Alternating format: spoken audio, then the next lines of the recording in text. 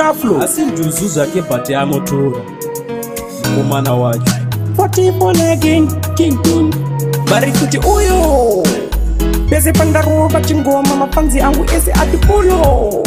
inajisa miro mangoma vasanganisa kwese kwetotike vari kukanyanisa tarira chipatani nasitatangisa mapanzi emuwando nasitamajambisa tina Tahflow zvinhu zvese zvadadisa eto rangu rese vari kundidaira kuwadzana yese iri kundidaira tina hopo zvimangoma ndovamaira ngoma panika kumunda ndinovadyarira keto rangu rese vari kundidaira kuwadzana yese iri kundidaira tina hopo zvimangoma ndovamaira ngoma panika kumunda ndinovadyarira ndovachinjira mutsara nemapatani nyango ndisina nguo kana fashani vito rangu rava kuti wagwani kwese kwandasvika vati wagwani kungava kumbare kana kuti kufiyo vandisimbisa vati ngoma ndiyo ndiyo ramba wakashinga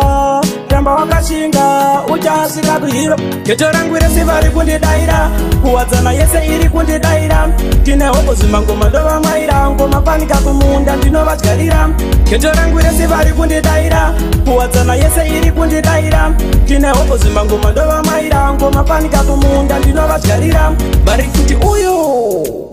pese pandaruva chingoma mapanzi angu ese atipulo inajisa miro mangoma vasanganisa kwese kwetotike vari kukanyanisa tarira chipatani nasitatangisa mapanzi emuwando nasitamajambisa tina Tahflow zvinhu zvese zvadadisa eto rangu rese vari kundidaira kuwadzana yese iri kundidaira tine hopo zvimangoma ndovamaira ngoma panika kumunda ndinovadyarira eto rangu rese vari kundidaira kuwadzana yese iri kundidaira tine hopo zvimangoma ndovamaira ngoma panika kumunda ndinovadyarira ndovachinjira mutsara nemapatani nyango ndisina nguo kana fashani vito rangu rava kuti wagwani kwese kwandasvika vati wagwani kungava kumbare kana kuti kufiyo vandisimbisa vati ngoma ndiyo ndiyo ramba wakashinga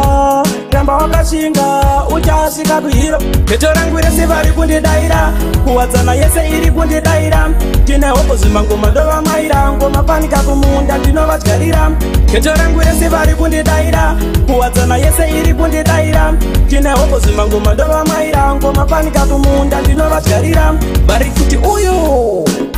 pese pandaruva chingoma mapanzi angu ese atipulo